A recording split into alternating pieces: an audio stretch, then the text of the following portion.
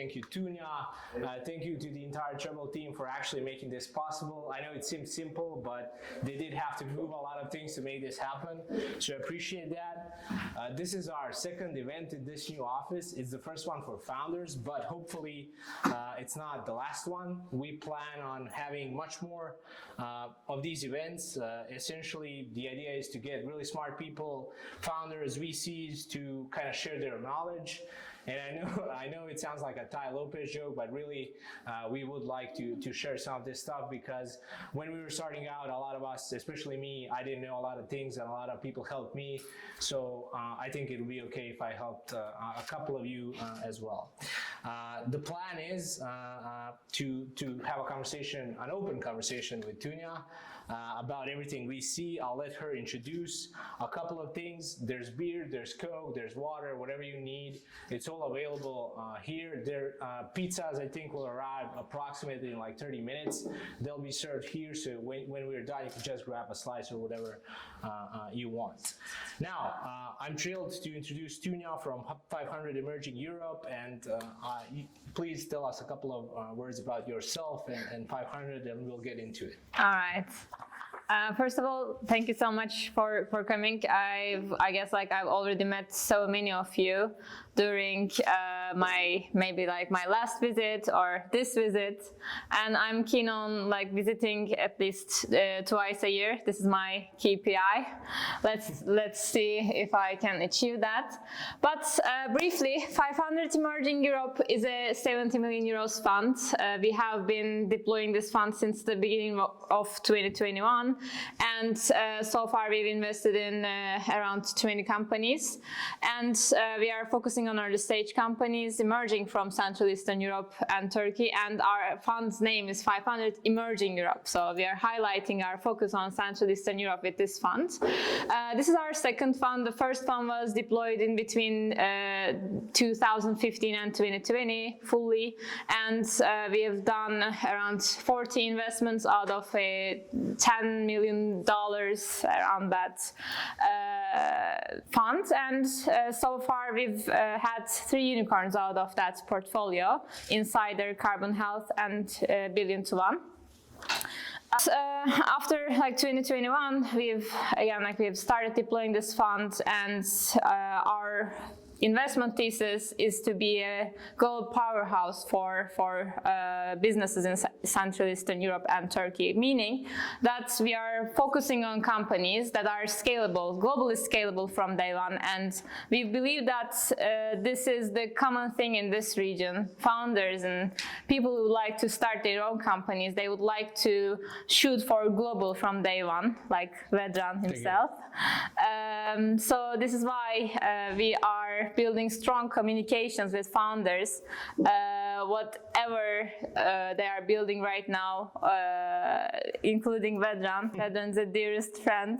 I guess like Vedran is one of the first founders that I was bullish on.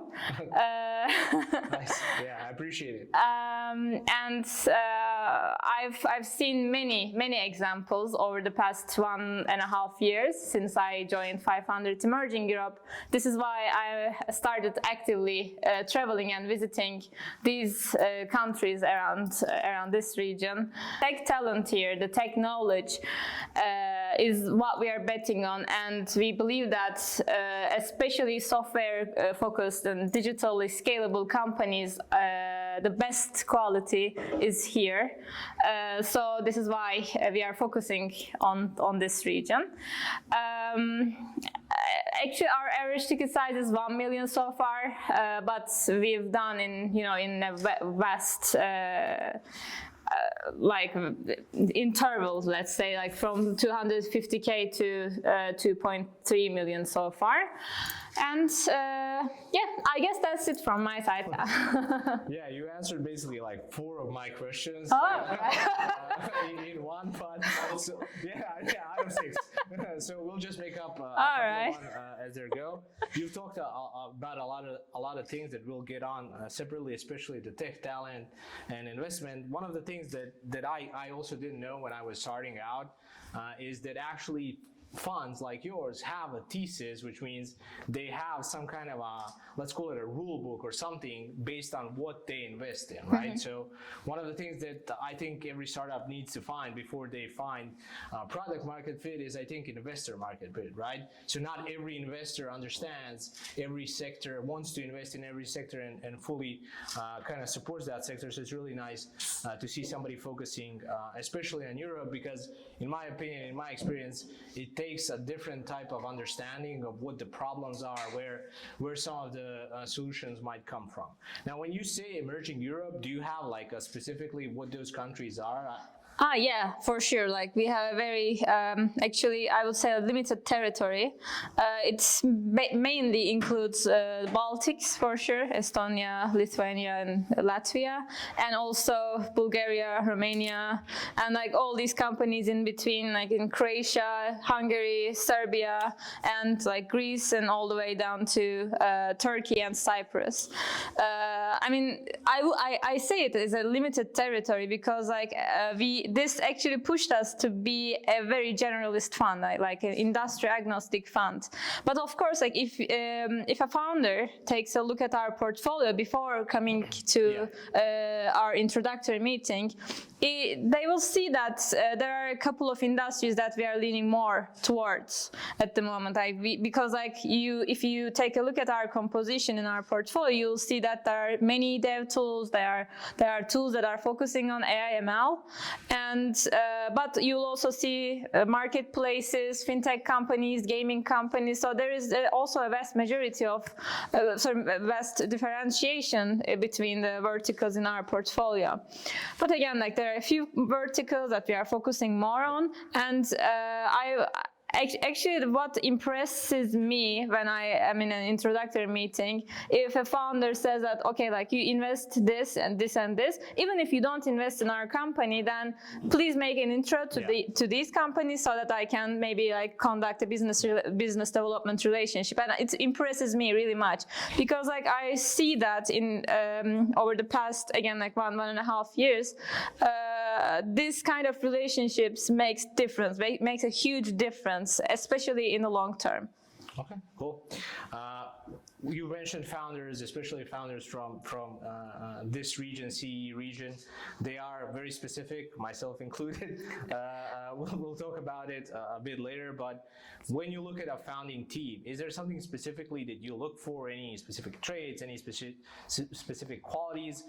From what I understand, and I think you and I have talked about this, I've talked with other investors, a lot of the times investors say we're looking for coachable and predictable founders, right?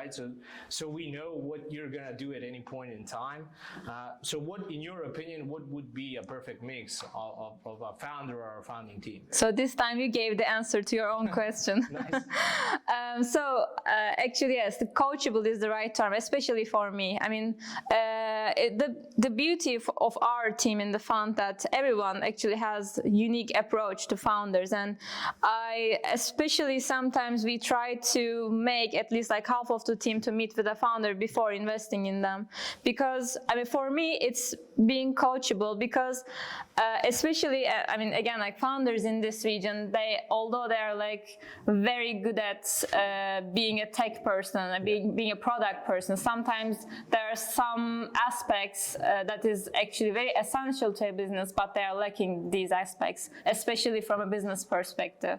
So this is why I think it's somehow givable from external, and then it's hireable as well. Okay. But especially I've seen many founders in this region who were not coachable, who raised a good amount of money, and then they failed in product market fit, conducting right customer discovery calls, right business development relationships, and it's like it's really critical. But again, like if you are coachable, which is actually actually a very easy thing to have. Then if you have the right investors on the other side of the table, then it's really solvable. I mean, we actually, as a fund, for example, we actually you also know that me myself also have that motivation, and I actually sometimes do it as a hobby. I support founders as much as I can from business development perspective, even if they're not in our portfolio. That is true. Yeah, Tunya has helped a lot, me and I know a couple of other startups here, even though they did not invest. So yeah, thank you. Yeah, this is something that I do because I think the founders that I talk to need this deeply, and again, like it's easily givable, especially for a VC that has a global network like us. I mean, we are part of a very big organization based in Silicon Valley, and it's we have been in this ecosystem, like I don't know how long, like over 10 Yesterday I years. spoke to Helen from the global office. I think she said it's like 4,500 founders that you've invested in. So that's a really high number. Yeah, this is how, I mean, we have relationships to these companies, like big companies like GitLab, CircleCI, Algolia, and this is like easily reachable companies in our portfolio. If anybody needs help, I want to ask a question, be it technical, be it financial, I can come to you, you connect me with the right person and problem solve. That is an advantage of a fund like 500, that's for sure.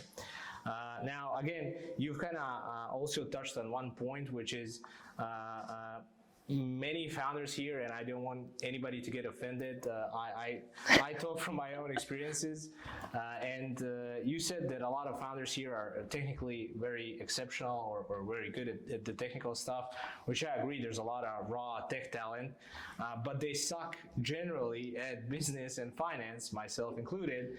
So nobody please get offended. Do you think it's easier to basically become better at tech as a startup, or it's easier to become better at business and finance?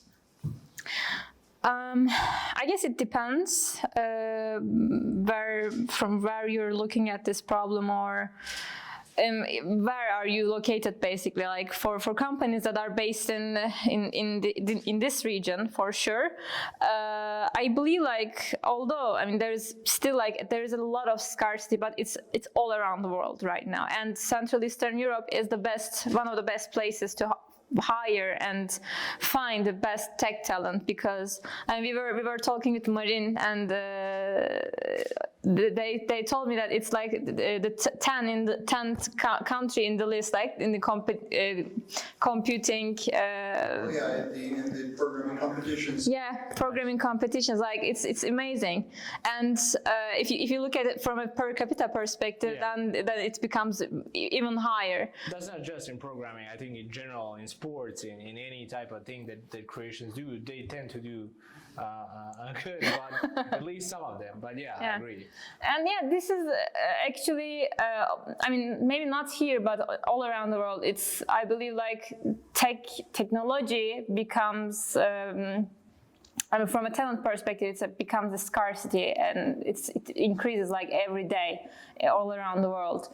So I wouldn't say, I wouldn't compare them to each other, but again, like being coachable is opens the door for being supported from a business perspective. But getting supported from a technical perspective, it's a bit harder, because especially as an early stage investor, we invest in companies, and we actually like one of the criteria that drive our decision is the proprietary tech. So this is why it's pretty critical. You would definitely maybe say that you prefer the raw technical talent that is coachable rather than a really genius business guy. It depends on the business model. If it's if it's a dev tool, if it's a AML tool, if it's like they are developing some kind of algorithm or like infrastructure business, for sure, like the tech talent is the most critical one in there. I often get asked, when should somebody start looking for an investment? I think I talked to to two Brunos here. I asked them the same question, doesn't matter. But essentially, my advice is always to start talking to VCs early. That doesn't necessarily mean that you need to raise around if you're talking to VCs, because from my experience, it's much easier to go from having a relationship and building a relationship with a fund or a person like you, and then you track them as they progress through their stages, and then it's a much easier decision. So from your perspective, do you prefer being contacted, or kind of do you want people to reach out as soon as they have an idea, or when they have like a demo or something that they can show?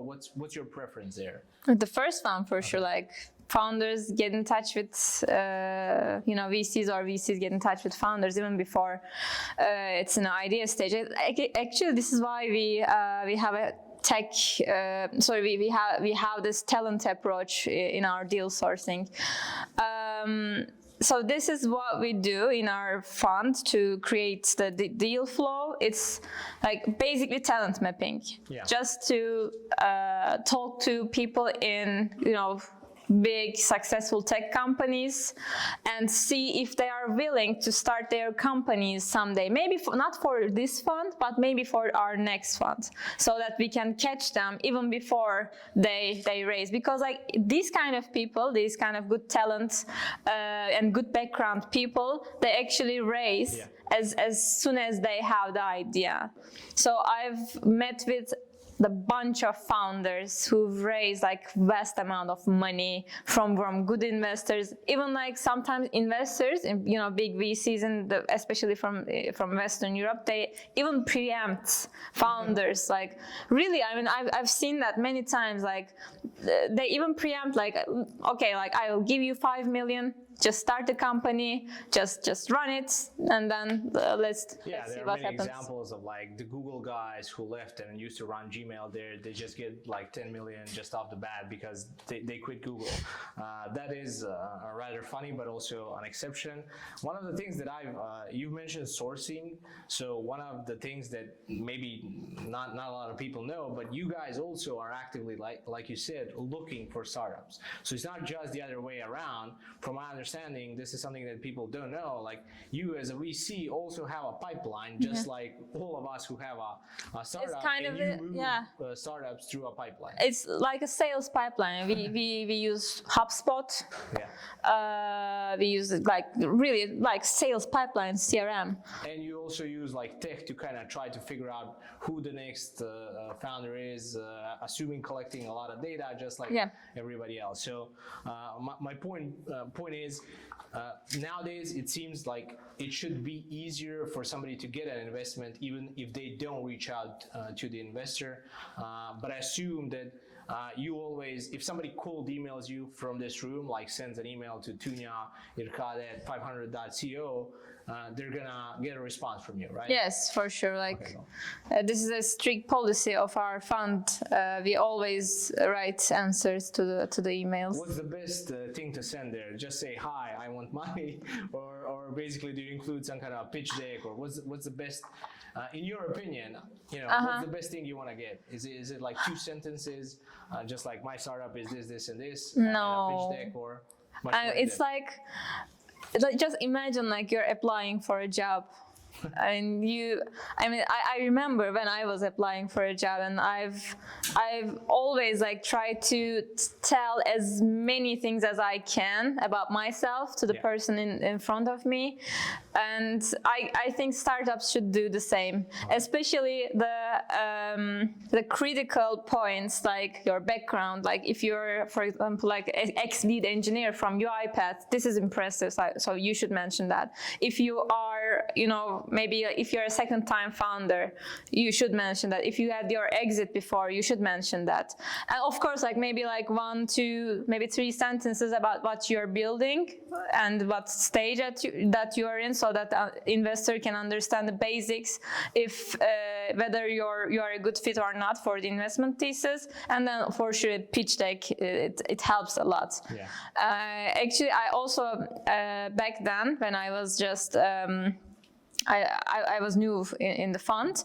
I've always like answered the cold outreach emails, and I had this policy, and my partners were agreed with me that I didn't answer any email without a pitch deck.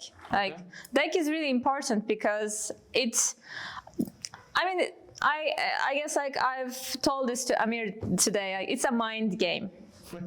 Like it's a it's an art. So you should do as much thing as you can to stay there all the time, like alerting the investor, and the brand colors is also one of these things. Like it's the most basic thing, but the deck is much more, the reminder of your business. It's basically, when if somebody sends you a pitch deck, you're essentially reading a story, and I guess nowadays not a lot of us have a lot of time, and so maybe make that colorful, playful. Nobody wants to read a boring deck, but yeah, I agree. I think one of the earliest decks that Darko did for us design-wise was really appealing, and that's why some of the investors like it. I can account that actually helps a lot. Do you need to have, let's say I sent a deck, you liked it, should I be scared if I don't have a business plan at that moment in time, or is that something for later on? It's especially if you are building, a tool like yours, for example, like it's kind of definite, right? Yeah. Like there are not so many business models that you can just shoot for. I mean, you'll have a metering tool, and you will have this like product market fit, product led growth strategy, and you'll try maybe 3-4 strategies, and then the tools that you leverage, actually it will be guiding you on in the future. So, I mean, it's not important, especially for these kind of tools. But of course, like if you are running like kind of a marketplace or something more competitive, like a very customer and user facing tool, then yes, like the business model should be definite, because like it also will be deterministic in the success of the company, like how it scales. Yeah, cool. Agreed there. It's also sometimes hard to determine an ever-changing business model, like you said. Sometimes you might decide on one, and then it turns out that business model was wrong. And I think people are scared, or at least I was when Darko and I were making the first business model.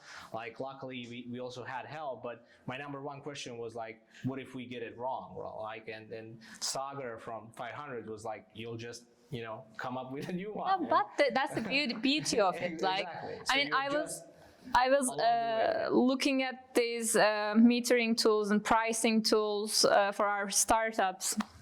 I was just trying to understand like which is what is the most easiest one to use, and I was just looking at the case studies, and what you see, like there are Splunk, Datadog, like very established companies. They've just maybe 2-3 months ago they've discovered a new way of pricing their tool. Like it was seat based, and it's kind of usage based. It was usage based, and then it's like a tier based. So it's always be changing, like because your users need and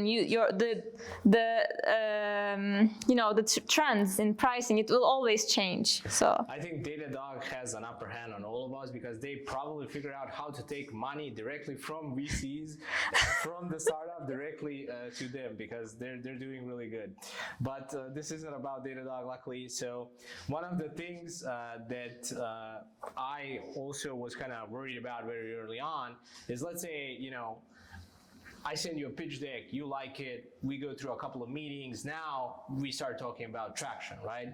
And in the early days of Treblle, I think we had 60 registered users. We were processing, I think, around 100,000 API calls per month, which generally isn't quite a lot. Compare that to today, when we're processing 200 million API calls per month and something like that. So my question is, how much traction is enough traction?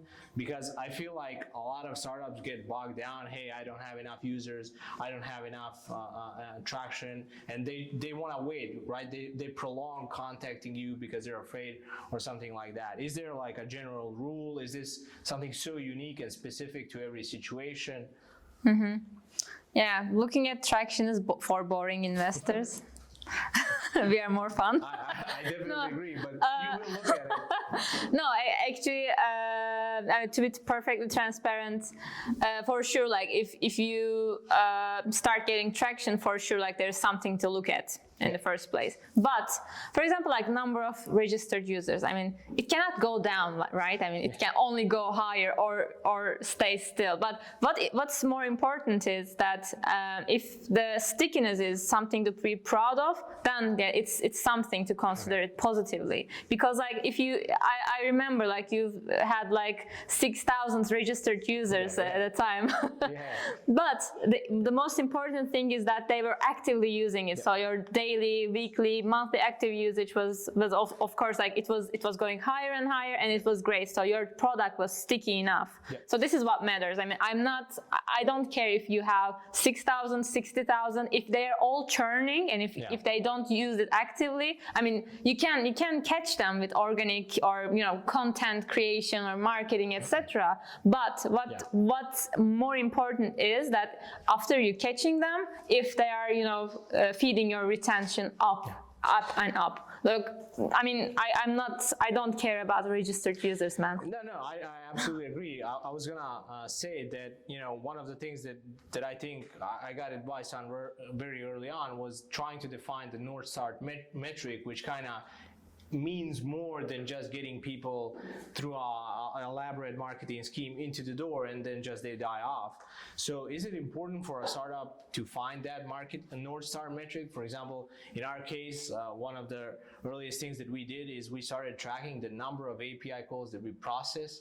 Why did we consider that to be a North Star metric? Because that means people have to register, they need to add the SDK, they need to leave the SDK running on their API, otherwise immediately we fall down. So is this something that as a startup you should define, or is this something that an investor comes to me and says, hey, I know your market, maybe you should be tracking XYZ metric, etc., etc. When did you realize that North Star metric? When it was growing. No, all jokes aside.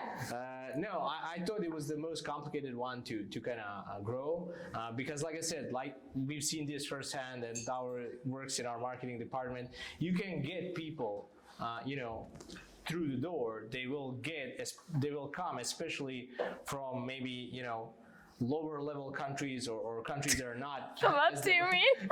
as developed, let's call it like that. You can get them through the door, you can pump that metric, but if they don't do later on anything, then you're gonna find yourself in a situation where you have to explain to somebody why you have such a high number of users and low retention, or maybe low usage and something like that. I mean, yeah, I mean, but I mean, the first thing that you told is true. Like, you only realize it after there's some kind of customers that passed the first iteration of the customer journey.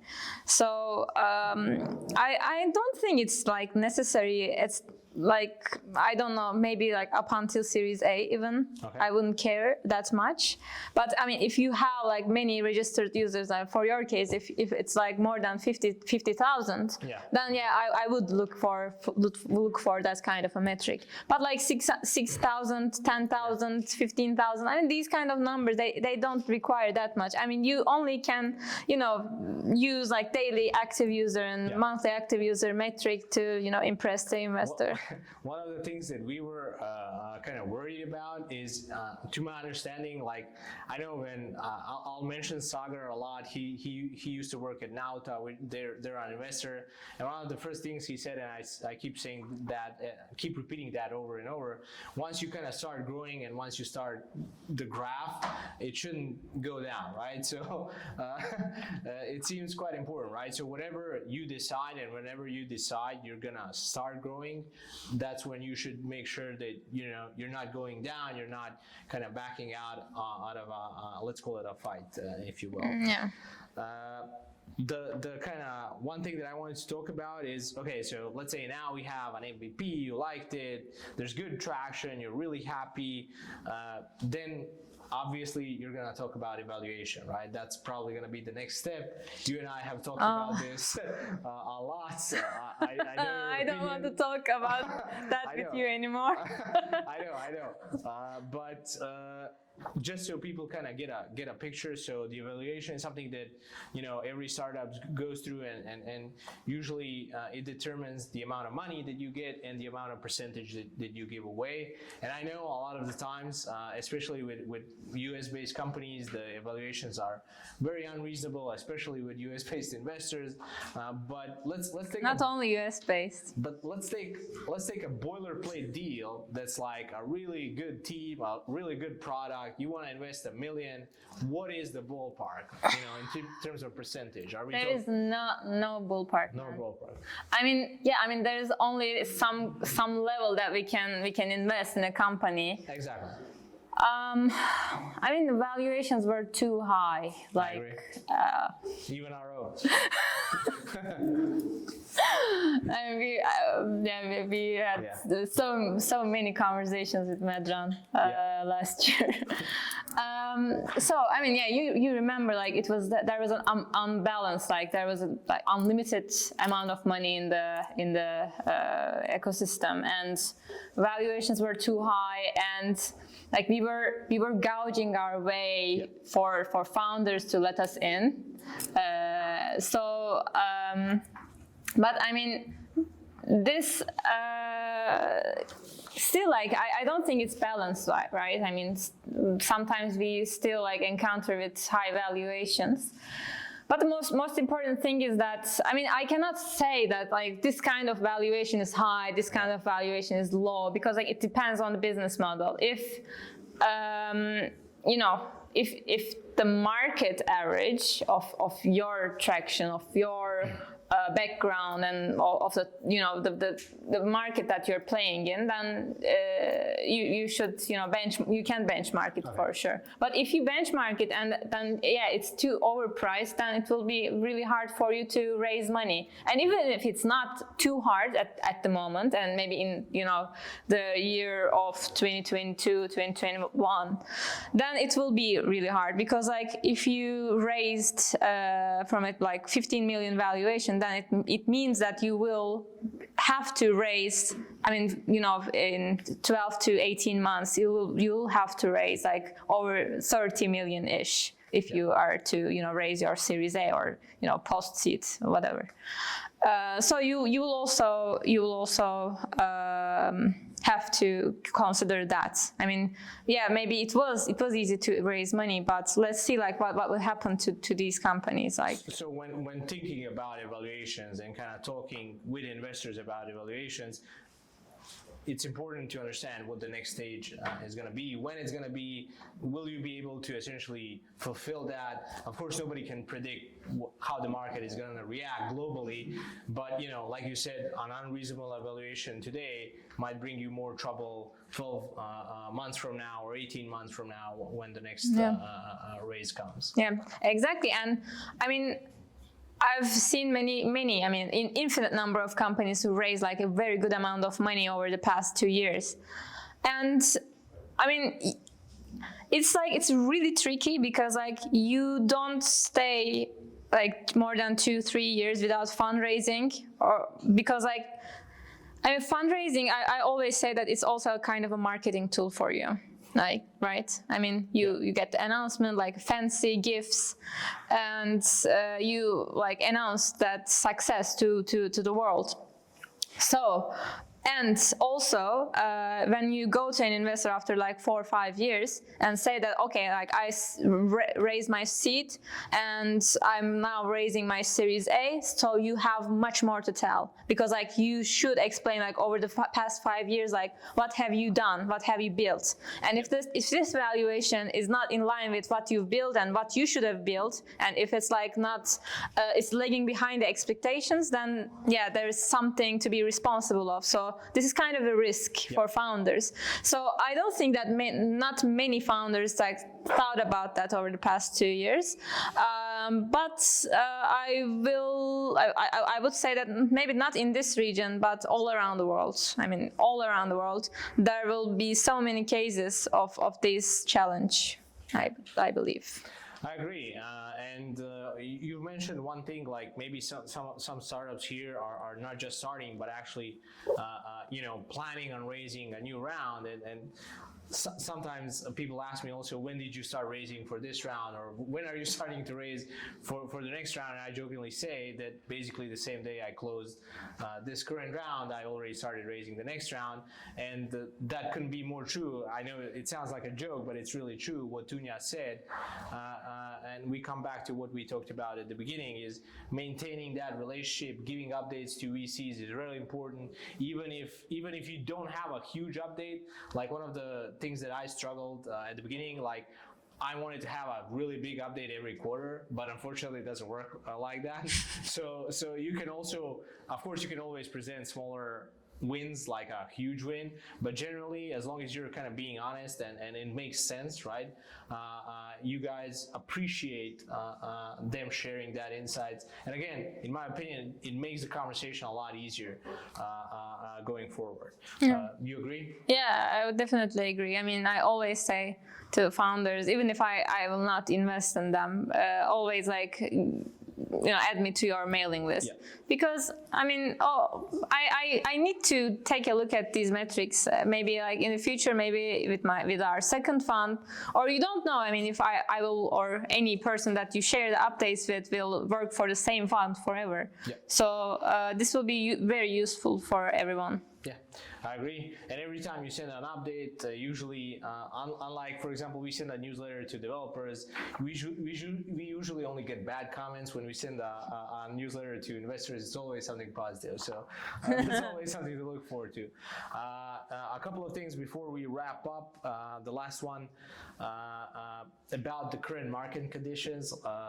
Everywhere you go, you kind of read that, everything is, I can curse, right? Fucked and not good and everything in between. And I still think that the early stage game, or at least pre-seed and seed, is still very active. And I think you can kind of tell people about it. I feel like a lot of people are scared, especially they're scared they're not going to get a good deal, or they're scared they're not going to get a good evaluation, or maybe they should wait a year. From what I've seen and the founders that we speak to, it doesn't seem like the early stage is that affected. Of course, if you're like Series B onwards, that's where, traction matters most, and you can easily prove whether or not somebody is doing correct. Is that the situation, or? Yeah, you're spot on. I mean, yeah, I don't think that early stage is affected by the market conditions, because like you're betting for 2-3 years from now at least. Yeah. So you don't know what will happen. So you only can bet on the startups that you believe in, especially the ones that are in the current trend markets. But again, like as you grow, as you come closer to Series A, Series B, then you also come closer to the market conditions. Yeah. Especially if you have customers, if you have, maybe like enterprises, big, medium-sized enterprises, then yeah, it becomes a problem for you, because like maybe your customers will die. Yeah. And you don't know that. So you come closer and closer as you get traction. But for early stage, it's not that. Like you only bet on founders and on the current competition, and like maybe again like 3-4 years from now at most. You mentioned a couple of times that you're betting on founders. Does it ever get easier? Like with time, do you make bets easier? Like, can you spot things very early on, and then hey, I like this guy, he this is gonna work, or this is not gonna work, or is it always hard, a lot of work and everything? Definitely. I mean, as you speak to as many people as you can, like you start understanding more easily the signals. If the founder has the hunger for success, like hunger for being best at something, so I mean, you get that feeling during the conversation. But we always do face-to-face with the founders that we consider very close, possibility of. So that's I guess that's really essential, like doing it face-to-face and like try to understand them in person, because like I mean, eventually we don't invest in businesses. We don't invest in business models. We sometimes invest in technologies, but like that's like 5% of the decision. Like the rest, like 95%, it's solely based on founders and their backgrounds and their feelings, and if they're strong, if they're agile enough to build a 1 billion, 2 billion company. So yeah. To close this out, given the current situation and everything, when do you think things are gonna look a bit better? Maybe will we ever see something like 2021, 2022 ever again, or? I really don't know. Of course. It's really hard to answer because like you don't know. I mean, sometimes someday you wake up and some bank is bankrupt. So. Yeah, I know. We've woken up to SVB being bankrupt. We are very, we all very aware of that. We all experienced that crisis, no? Yeah. So I cannot promise anything. It's not a nice feeling, but yeah, you get through it. Yeah. So thank you for the conversation. I'd like Thank to you too. leave some time for basically questions. If anybody has any questions, Tunya or even to me, please feel free to kind of ask anything. I think Tunya would be more than happy. There we go. A specific equity threshold you need to have when investing in a round? Yes, 5%. 5% is minimum. Yep. Cool. Anybody has any other questions? Okay. It's Yeah. like I have a small company, let's say, so Why didn't you say startup? You were going to say startup. He's gonna say that when you give him $1 when I million. think about getting an investment, it's like one thing which I found most not so good about it is I feel like whether is there sometimes a question whether you have a different vision for a company as a VC as compared to the owner, and let's say, do you just leave the owner, let's say, give them advice and give them, free hands to follow his vision, or whether in your investment you also demand from the owner to take a specific direction? Look, investors are nothing. Really, I mean, the value creating side is the founders, and this is also one of our. Anytime a situation where you have a different opinion, let's say. We are, as VCs, we don't create any value. I don't think there is nothing such as a smart money in VCs.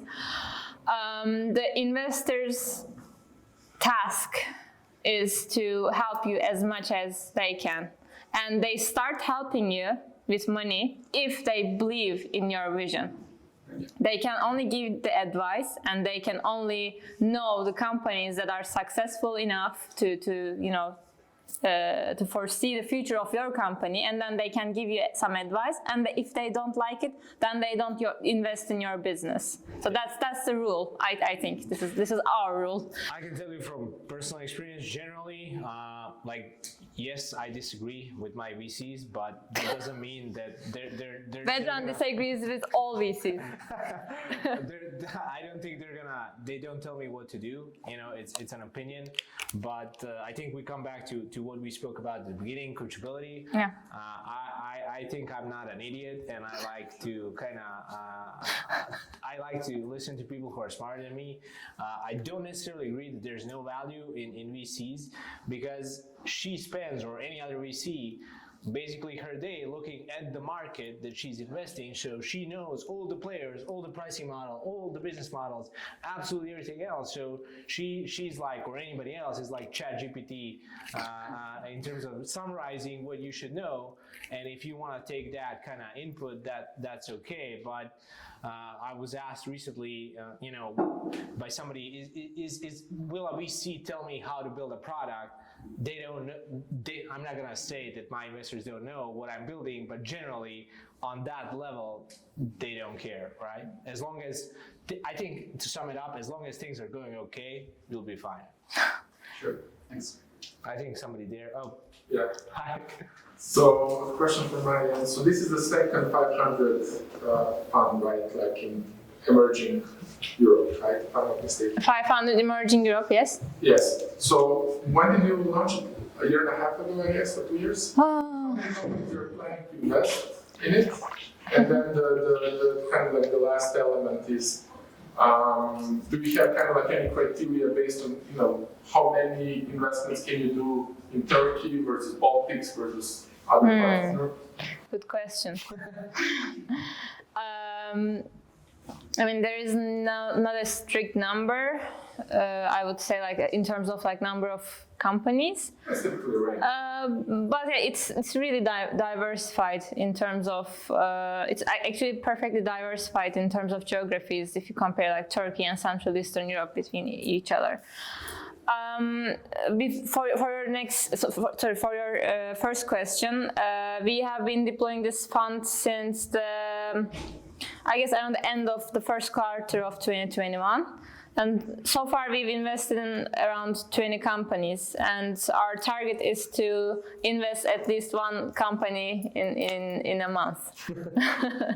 So, and again, like we have, we are aiming to keep investing at least like 1.5 years. So 20 more. Yeah. Yeah, that's a very ambitious. You're more ambitious than some of the startups I know, so that's very interesting. Any other questions? We good? Cool. Thank you all for coming. Like I said, I see pizzas are already there. Please feel free to eat as much as you want. Some of you are going for a dinner. The pizza is better than the dinner you're going for. I can tell you that. Thank you all for having us. Thank you.